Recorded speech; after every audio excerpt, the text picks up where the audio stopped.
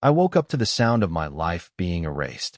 At 5 a.m., diesel engines were roaring, floodlights were bleaching my bedroom walls, and when I ran outside in my work boots, I saw a bulldozer chewing through my 40-acre apple orchard like it was scrap.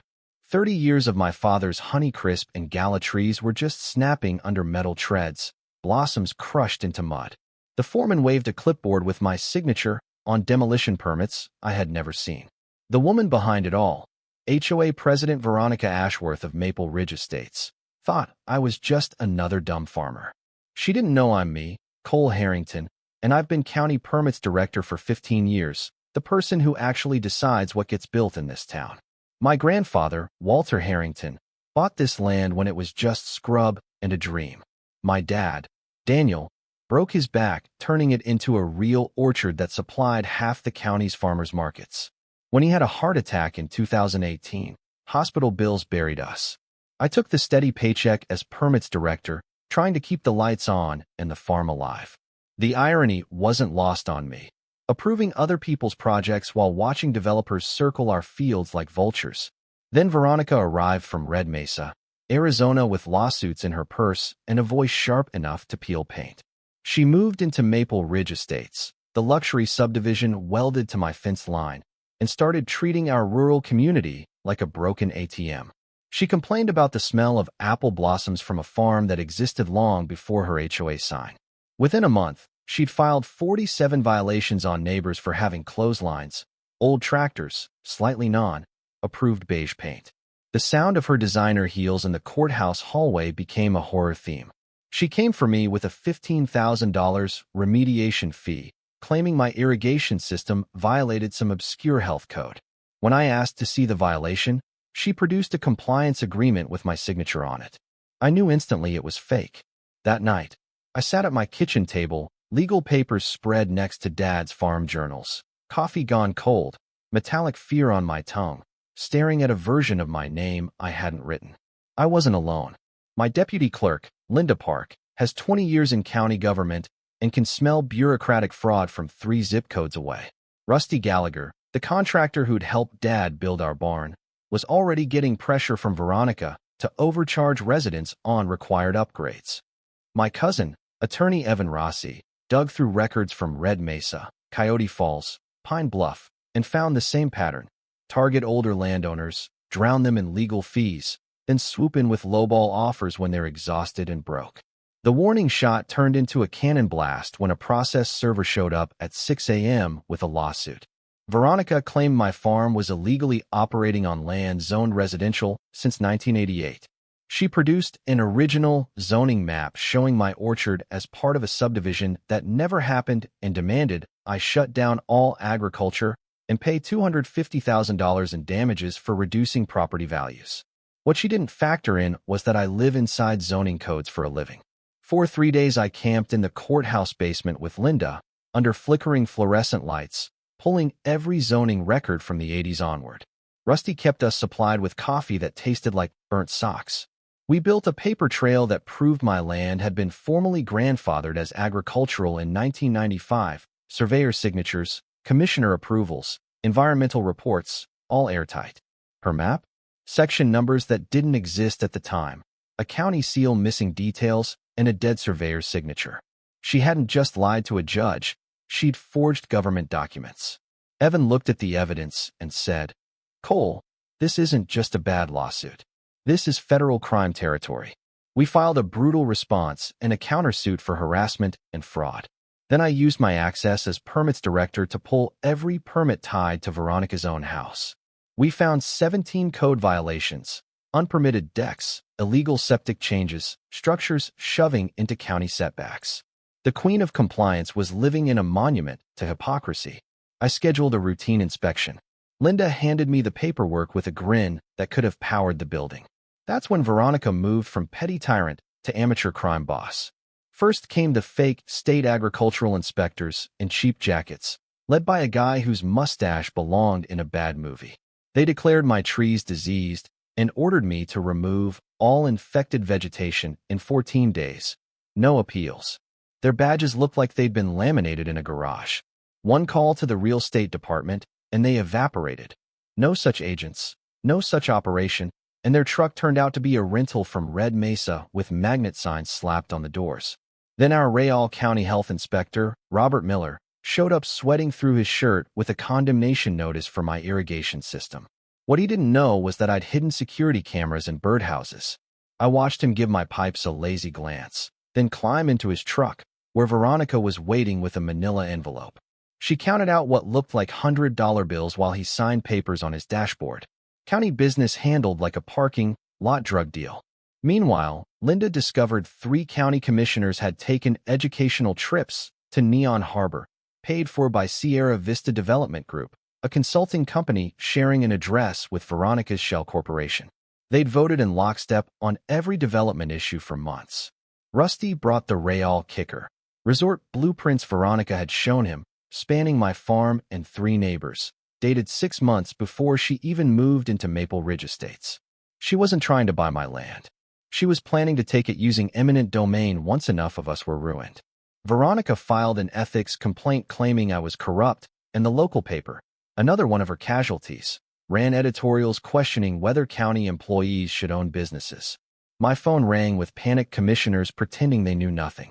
While my reputation got shredded, I sat down with FBI Financial Crimes agent Dana Keller. She flipped through my files, forged maps, fake inspectors, bribe footage, shell companies, and said, "Mr. Harrington, this isn't just corruption. This is organized racketeering. We're talking RICO." Veronica's next move was to weaponize the IRS.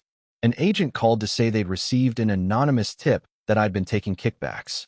The evidence included fake invoices, altered bank deposits, and staged photos of me taking cash in parking lots. Within a day, my farm account, savings, and checking were frozen. Try explaining to your crew that you can't pay them because someone fabricated an IRS case. But when federal investigators interviewed contractors, every single one of them said the same thing. I was annoyingly honest. Rusty laughed and told them I once made him redo a permit because he signed in blue ink instead of black. Back at my desk, I reviewed Veronica's latest pool house renovation permit and noticed her lot size didn't match our GIS maps. According to her, she owned 2 extra acres. According to reality, those 2 acres were protected county wetland. We dug deeper and discovered that wetlands supported endangered salamanders living in our irrigation ponds, the same ponds her fake inspectors had tried to condemn. My dad had loved that swampy corner because it made the apples sweeter. He hadn't known it came with federal teeth. Now we had zoning fraud, forged documents, bribery, harassment, fake inspectors, corrupt officials, environmental crimes, and a multi-state pattern. I stopped reacting and started planning. We built a small war room. Evan coordinated with Agent Keller on the federal case. Linda became our archivist, building what we called the doomed files. Rusty wore a wire in meetings with Veronica. Investigative journalist Paige Alvarez connected her pattern in Red Mesa, Coyote Falls, and Pine Bluff, preparing an expose to drop the day before the big vote on her resort permits. We held community meetings in the school gym, Save Our Fields signs lining the walls, elderly neighbors shaking as they told stories of fines, threats, foreclosure notices. People were scared, but they were also angry. Veronica panicked and tried to speed everything up. At dawn one day, an out-of-state crew started emergency utility work on my land, ripping up my irrigation with another forged work order. My cameras caught everything. I called the sheriff and used my authority as permits director to issue emergency restoration orders. Rusty's crew came out and fixed the damage, basically giving Veronica's sabotage a giant mechanical middle finger. Then she tried the nuclear option, a 3 a.m. clear cut. Diesel generators, floodlights, chainsaws ripping into oaks older than her parents. She claimed emergency environmental remediation, like those words were a magic shield. I called the EPA at 3:15, walked them through what I was seeing, and by sunrise, federal stop. Work orders had shut the entire site down. Environmental law outranks local games every time. Online, her PR firm painted me as anti-progress, promising jobs and tax revenue from Ashworth Springs Resort. But Paige traced most of the local supporters to IP addresses in Red Mesa and Neon Harbor. The hashtag Maple Ridge fraud started trending instead, filled with HOA horror stories from all over the country. Which brings us to the day of the groundbreaking. October 14th, clear blue sky, stage set on ground my father once walked. Politicians, cameras, investors, a line of golden shovels. At 9:30 a.m., Page's expose went live. HOA president tied to multi-state land grab scheme. By 10, the crowd around Veronica included more undercover agents than believers. She stepped to the podium in a flawless suit, declared they'd overcome obstruction to bring prosperity, and framed people like me as corrupt extremists. When they opened for questions, I walked up with a manila folder and a wire on my chest. "I've got a question about your permits, Ms. Ashworth," I said. Her smile froze. I showed the crowd overlays of her fake property lines stealing 2 acres of wetland. I listed the shell companies, the forged documents, the environmental violations. I told her, in front of everyone, that she didn't even legally own the ground under her own stage. She tried to scream harassment, but Agent Dana Keller stepped forward, badge gleaming. "Veronica Ashworth, you're under arrest for mail fraud, wire fraud, bribery, environmental crimes, money laundering, and racketeering conspiracy." The click of handcuffs was the sweetest sound I've ever heard. Her associates went down with her. She shouted about conspiracies as they walked her past the cameras, but nobody was buying it.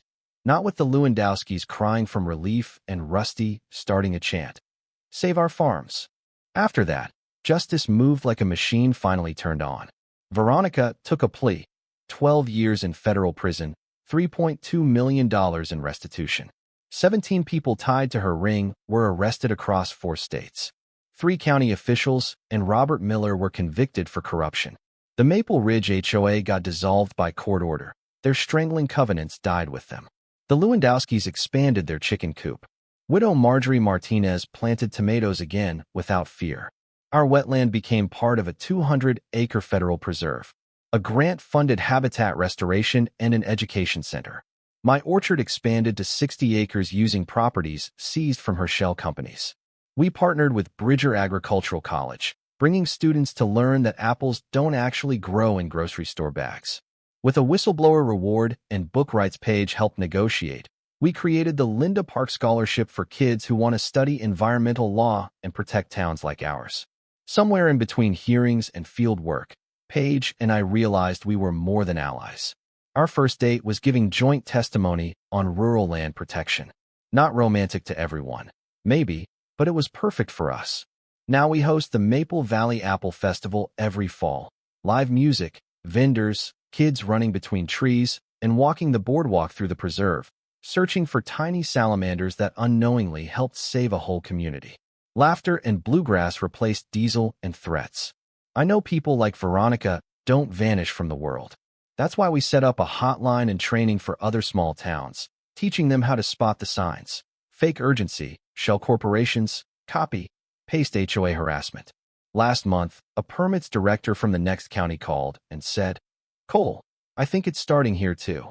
I looked out over the orchard, morning mist rising over ground my grandfather dreamed about, my father fought for, and I almost lost. "Yeah," I told her, "I'll help. Some places are worth fighting for. Every time.